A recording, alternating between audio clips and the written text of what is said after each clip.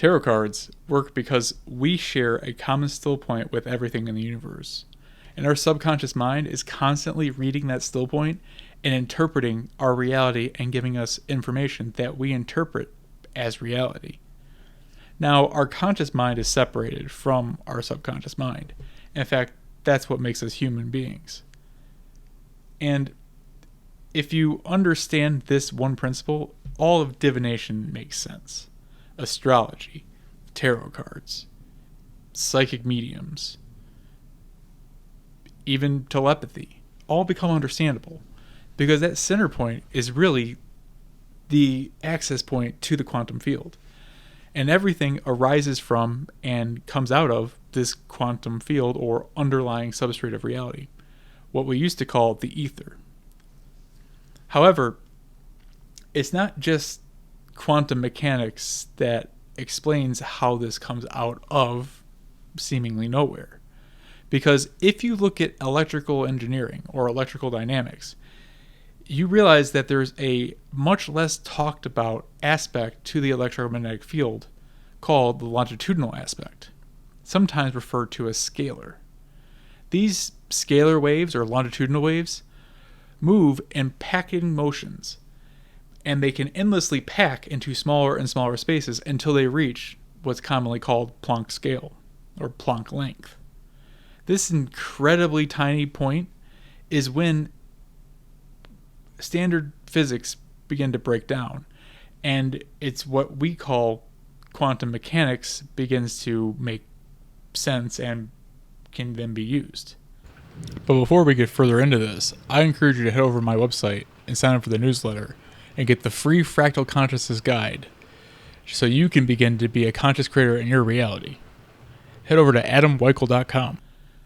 I believe that quantum mechanics is really just the explanation of how these different longitudinal waves can coalesce eventually and then give rise to what we call transverse motion or things in existence.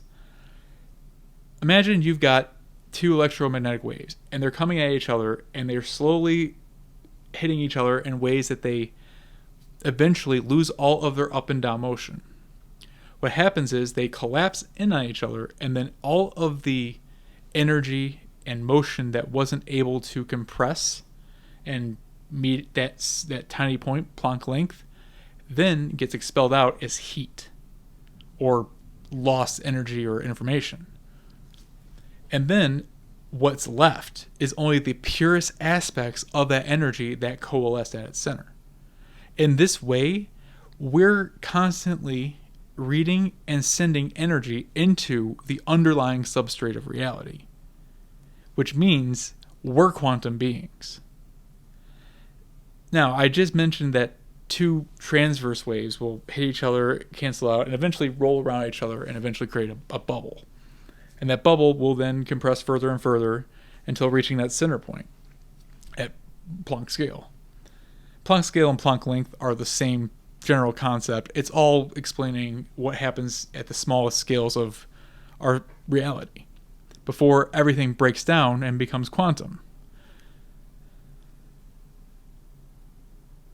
This substrate also could be seen as the entry point to different dimensions, how you could travel faster than light, how you can explain telepathy, because these waves move through matter. And in many ways, they are what form matter.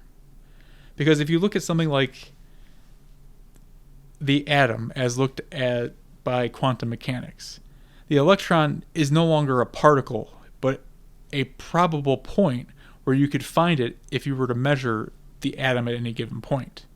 And the different shells that surround the nucleus of an atom is actually the probability that you're going to find an electron in that region. So the shells that have a higher orbital count are just more densely filled with this longitudinal wave or longitudinal interferometry.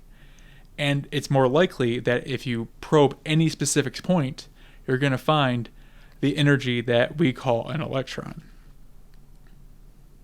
This goes further in that our subconscious mind is constantly keyed into this. And it's for this reason that we can get things like tarot cards to reflect the energies around us or any given situation. Because as long as we're able to get our conscious self out of the way, it opens up our subconscious to read the environment and to report to our conscious mind. And in many ways, this is exactly what human beings are trying to accomplish here on the earth. Because we have our conscious mind separated from our subconscious. And we don't have any hair on our bodies, which means that much of our cells are just reading the base energy in the environment. I look at animals who are covered in fur, and I've realized that based on Dr. Michael Levin's work, where he's found that there's an underlying energetic structure that stem cells use to figure out what kind of cell they should become, animals, since they're mostly subconscious, are constantly interacting with the earth and feeling what they need to feel, thinking what they need to think, and doing what they need to do. We call these instincts, and it's why human beings have lost them all, because we're not connected to the environment other than our head, which might be why we only have hair on our head and genitals. And some other body parts. But that's just an idea. Because honestly, human beings are supposed to be like these disconnected creatures that are kind of here to be the star's intelligence here on Earth. This is probably why we hear ideas like starseeds and different, stellar intelligences.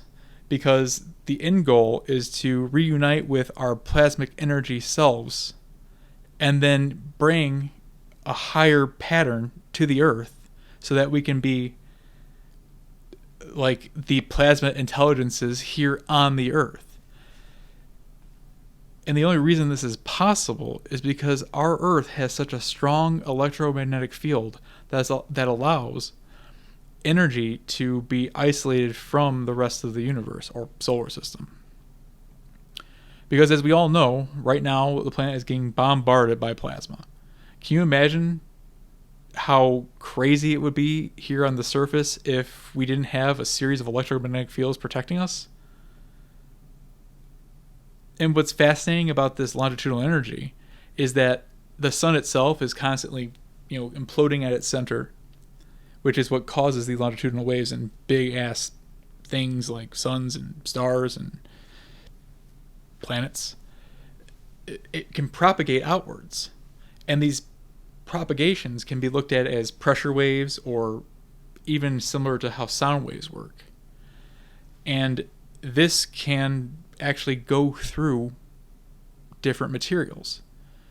In seismology, we actually call the primary waves P waves, and these are considered to be pressure waves, which emanate out of the core of the Earth and then move upwards until they reach the bed of the seashore or the top of the soil.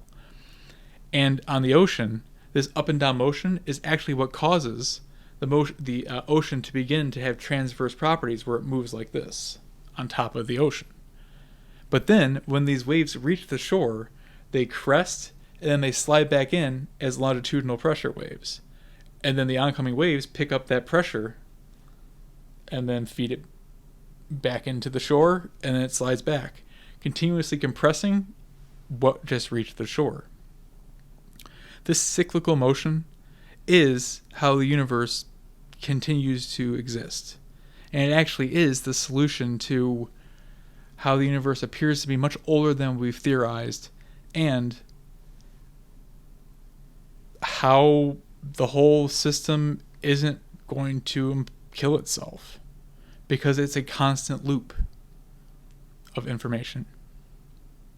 If you'd like to learn more about this and go deeper into these subjects and how they work from a mystical standpoint, I encourage you to visit my website and check out my upcoming workshop, where I'm going to go in detail into how these things work, how they map to different spiritual concepts like the different layers of heaven, or even things like different dimensions, and different consciousness densities. I'll also explore what we're going to do in the future by being the future human who eventually takes the Earth's consciousness combined with the stellar consciousnesses that we're tapped into via the upper 3 chakras and the ones above, and tying them in to an Earth-based organism. In this way, we take the Earth further than it can go itself. If you like this video, please like and subscribe. It means a lot. It's early days and I could really use the help. Thank you.